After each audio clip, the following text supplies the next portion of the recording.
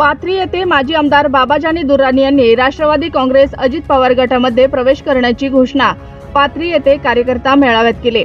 रविवार दिनांक 1 जून रोजी दुपारी 12:30 वाजता 4 तालुक्यातील कार्यकर्त्यांसमोर त्यांनी पक्षप्रवेशाचा निर्णय जाहीर करताच उपस्थित कार्यकर्त्यांनी टाळ्यांच्या गजरात हात वर करून पाठिंबा दर्शवला।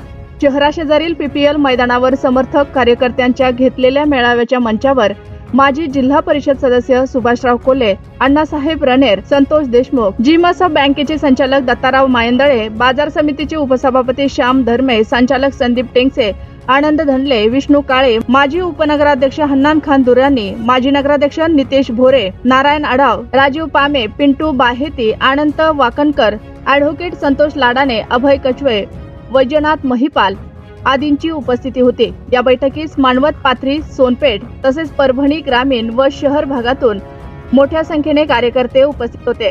कार्यकर्त्यांशी बोलताना माजी आमदार दुर्राणी म्हणाले की आगामी काळात स्थानिक स्वराज्य संस्थांच्या निवडणुका असून त्या कार्यकर्त्यांच्याच आहेत। माझ्या निवडणुकीची वेळ निघून गेली असली तरी मी कार्यकर्त्यांना वाऱ्यावर सोडणार नाही। त्यांनी सांगितले की 1978 पासून शरद पवार यांच्या विचारांनी प्रभावित होऊन त्यांनी पवार कुटुंबासोबतच राजकारण केले असून आज पक्षात फूट पडली असली तरी शिव, शाहू, फुले, आंबेडकर यांची विचारधारा सोडलेली नाही। पाण्यावर किती काठी मारली तरी पाणी वेगळे होत नाही। त्याचप्रमाणे मी पवार घराण्याचा मानणारा असून विचारधारेत बदल न करता अजित पवार यांच्या नेतृत्वाखाली 8 जून रोजी राष्ट्रवादी काँग्रेसमध्ये प्रवेश करणार आहे, असे त्यांनी ठामपणे सांगितले। पुढे बोलताना त्यांनी विरोधकांवर निशाणा साधला। आपले अस्तित्व हे मृग नक्षत्रातील पावसासारखे असून विरोधक हे अवकाळी पावसासारखे आहेत।